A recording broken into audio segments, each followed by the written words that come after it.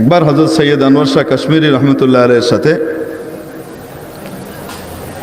এক বড় পাদ্রীর কি হলো, মোকাবেলা হচ্ছে। তো পাদ্রী অনেক বড় বড় দেশ জয় করে এসেছে, সে তার খ্রিস্ট ধর্মকে ইসলাম ধর্মের চেয়ে শ্রেষ্ঠ হিসেবে প্রমাণ করেছে। এখন দারুল উলুম দেওবন্দের শেখুল হাদিস তখন হযরত সৈয়দ আল্লামা আনোয়ার শাহ কাশ্মীরি রহমতুল্লাহ আলাইহি, তারা তখন খ্রিস্টবাদ ছড়াচ্ছে সরকারি পৃষ্ঠপোষকতায়, কারণ ক্ষমতায় আছে ইংরেজ। সরকারি পৃষ্ঠপোষকতায় তারা কি ছড়াচ্ছে? খ্রিস্টবাদ ছড়াচ্ছে, আর মুসলমানকে ধোঁকা দিয়ে, কোরআন হাদিসের অপব্যাখ্যা করে ধোঁকা দিয়ে তাদেরকে কি বানাচ্ছে? খ্রিস্টান বানাচ্ছে। এই কাজ করছে। এভাবে যদি চলতে থাকে এদেশের স্বাধীনতার সার্বভৌমত্ব থাকবে না, পার্বত্য চট্টগ্রাম বিচ্ছিন্ন হয়ে যাবে। এদের ব্যাপারে সতর্ক হওয়া, এদের ব্যাপারে ব্যবস্থা গ্রহণ করা, এটা সময়ের দাবি। না হলে পার্বত্য চট্টগ্রাম নামক এই নিয়ামত বাংলাদেশের ভিতরে রাখতে পারবেন না।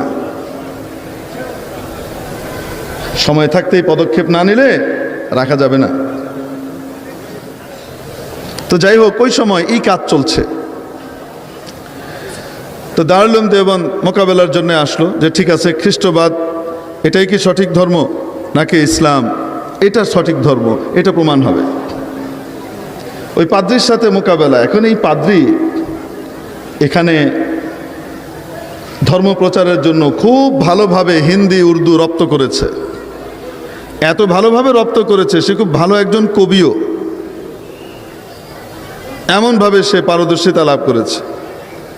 যখন মোকাবেলার জন্য এসেছে আর জানতে পারলো আল্লামা সৈয়দ আনোয়ার শাহ কাশ্মীরি রহমতুল্লাহ আলাইহি আসছেন, তখন তার পা কাঁপতে লাগলো। কারণ আনোয়ার শাহ কাশ্মীরি সম্পর্কে এটা জানা ছিল সকলে, উনি ফটোজেনিক মেমোরির অধিকারী ছিলেন।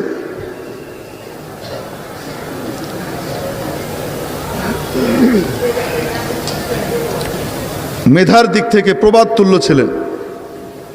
নিজেই বলেছেন যে किसी मजमून पर अगर सरसरी तौर पर नज़र पड़ जाती है तो वो मजमून बाकायदे सफ़हात 15 साल तक याद रह जाता है।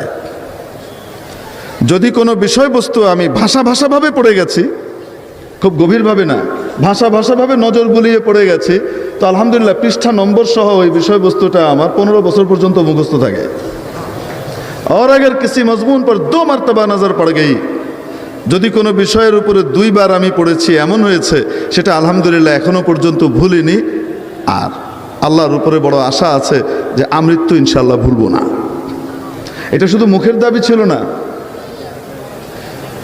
মিশরের এক কনফারেন্সে, আন্তর্জাতিক ইসলাম বেত্তাদের কনফারেন্স ছিল জামিয়া আজহারে। গোটা বিশ্ব থেকে বড় বড় আলিমদেরকে দাওয়াত করা হয়েছে।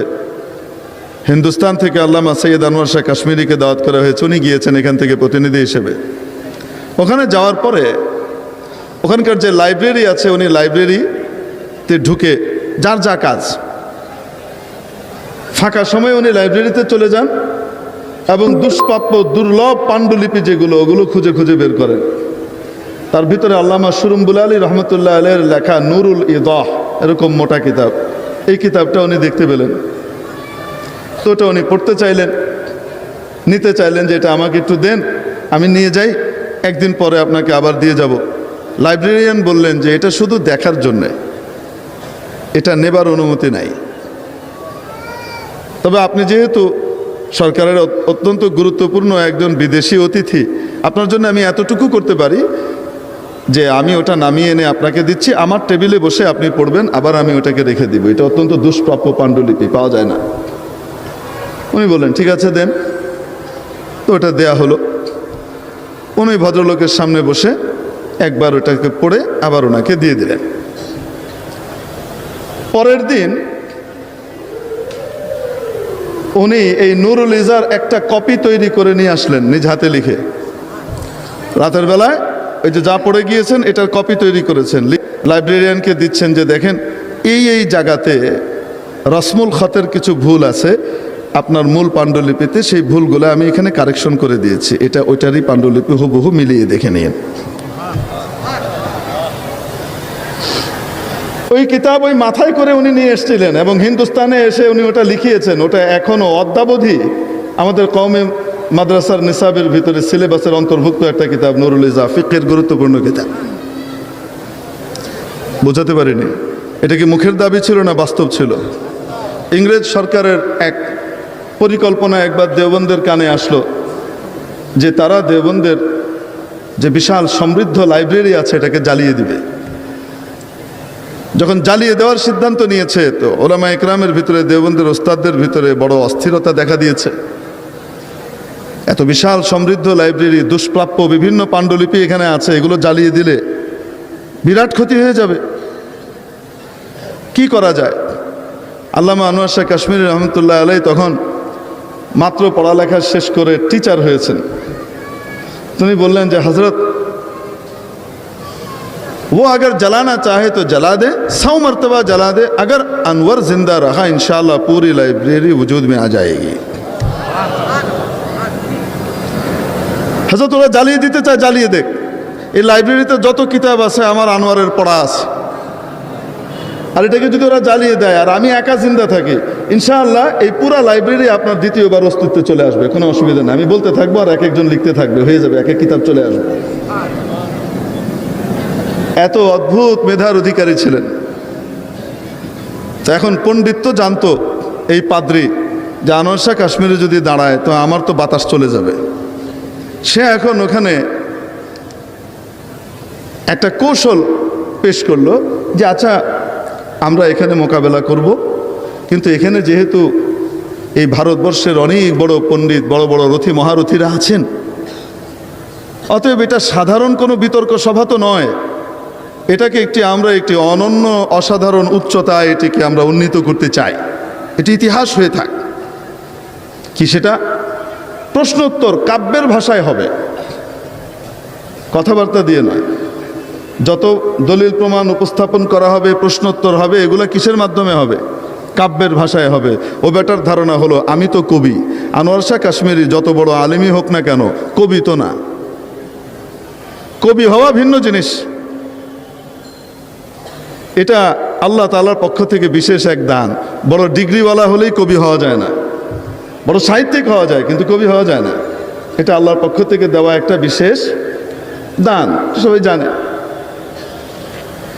তো আল্লামা আনোয়ার শাহ রহমতুল্লাহ আলাইহির খ্যাতি তো আর কিসে ছিল না, কাব্যে ছিল না। তো সেই হিসেবে সে চিন্তা করেছে আমি প্রশ্ন করব কাব্য দিয়ে, উত্তর দিব কাব্য দিয়ে, যেহেতু আমি একজন কবি। তো বেটা তো পারবে না, আটকাবে, এটাই তার দেখার বিষয়, এভাবেই সে জিতবে, এটা সে চিন্তা ভাবনা করে রেখেছে। হযরত আনোয়ার শাহ কাশ্মীর রহমতুল্লাহ আলাইহি বলেন মঞ্জুর, ঠিক আছে, বলে দাও, আমরা এই শর্ত কবুল করে নিচ্ছি। তাও বিতর্ক হোক, পালানোর সুযোগ নাই। উম্মতকে গোমরাহ করছে, এই গোমরাহ করার আর কোনো সুযোগ নাই। এখন সামনাসামনি হবে, সকলের সামনেই প্রমাণ হবে কোনটা ঠিক কোনটা বেঠিক। হোক। তো যেই কথা সেই কাজ। ওই বেটা দাঁড়িয়ে কোরআন হাদিস দিয়ে সে প্রমাণ করছে যে ঈসা আলাইহিস সালামের মতবাদ এটা উন্নত, আর মুহাম্মদ সাল্লাল্লাহু আলাইহি সাল্লামের মতবাদ এটা নিচের, এটা উন্নত নয়, অনুন্নত। তো প্রমাণ করতে গিয়ে সে, আপনারা জানেন খ্রিস্টানদের দাবি হলো যে ঈসা আলাইহিস সালামকে শুলিতে চড়ানো হয়েছে, উনি তাদের প্রত্যেকের সমস্ত উম্মতের পাপরাশি নিজের কাঁধে নিয়ে প্রায়শ্চিত্ত করে গেছেন, অতএব এখন তারা যা ইচ্ছা তাই করতে পারে। ইসরায়েলের পক্ষ নিয়ে তারা যত ইচ্ছা মানুষ মারতে পারে, শিশু মারতে পারে, তাতে কোনো অসুবিধা নাই, কারণ সব পাপের প্রায়শ্চিত্ত তো নবী করে গেছেন। এটা হলো ওদের আকীদা। আমাদের বিশ্বাস অনুযায়ী ঈসা আলাইহিস সালাম কোথায়? আর নবীজি মুহাম্মদ রাসূলুল্লাহ সাল্লাল্লাহু আলাইহি সাল্লাম সোনার মদিনায় মাটিতে শুয়ে আছেন, ঠিক কি ঠিক না? এখন ও বেটা কাব্যের আকারে শুরু করেছে, ফালাক পর হযরতে ঈসা মুহাম্মদ সর বসর নিচে। ঈসা আলাইহিস সালাম তো আসমানে, মুসলমানরা তোমরা দাবি করো, কত উপরে, আর মুহাম্মদ সাল্লাল্লাহু আলাইহি সাল্লাম তো নিচে। কোথায়? নিচে। অতএব যিনি উপরে তার ধর্ম উত্তম, যিনি নিচে তারটা বাতিল। বোঝাতে পারিনি? সে এই উদাহরণ দিল, ঈসা আলাইহিস সালাম তো উপরে আর মুহাম্মদ সাল্লাল্লাহু আলাইহি সাল্লাম নিচে। হযরত আনোয়ার শাহ কাশ্মীরি রহমতুল্লাহ আলাইহি এক মুহূর্ত দেরি করেন নাই, ও বলার সাথে সাথে উনি উত্তর দিয়েছেন দাঁড়িয়ে, ইয়ে দরিয়া है नबूवत का हुबाब ऊपर गहर नीचे, ये दरिया है नबूवत का हुबाब ऊपर गहर नीचे। আরে এটা তো হলো নবুয়তের সাগর, যে সাগরের ভিতরে মুক্তা থাকে নিচে আর ফুটকা থাকে উপরে। উপরে থাকলেই যদি দাম বাড়ে তাহলে ফুটকার দাম বেশি। আসতে বলেন, ঠিক কি ঠিক না?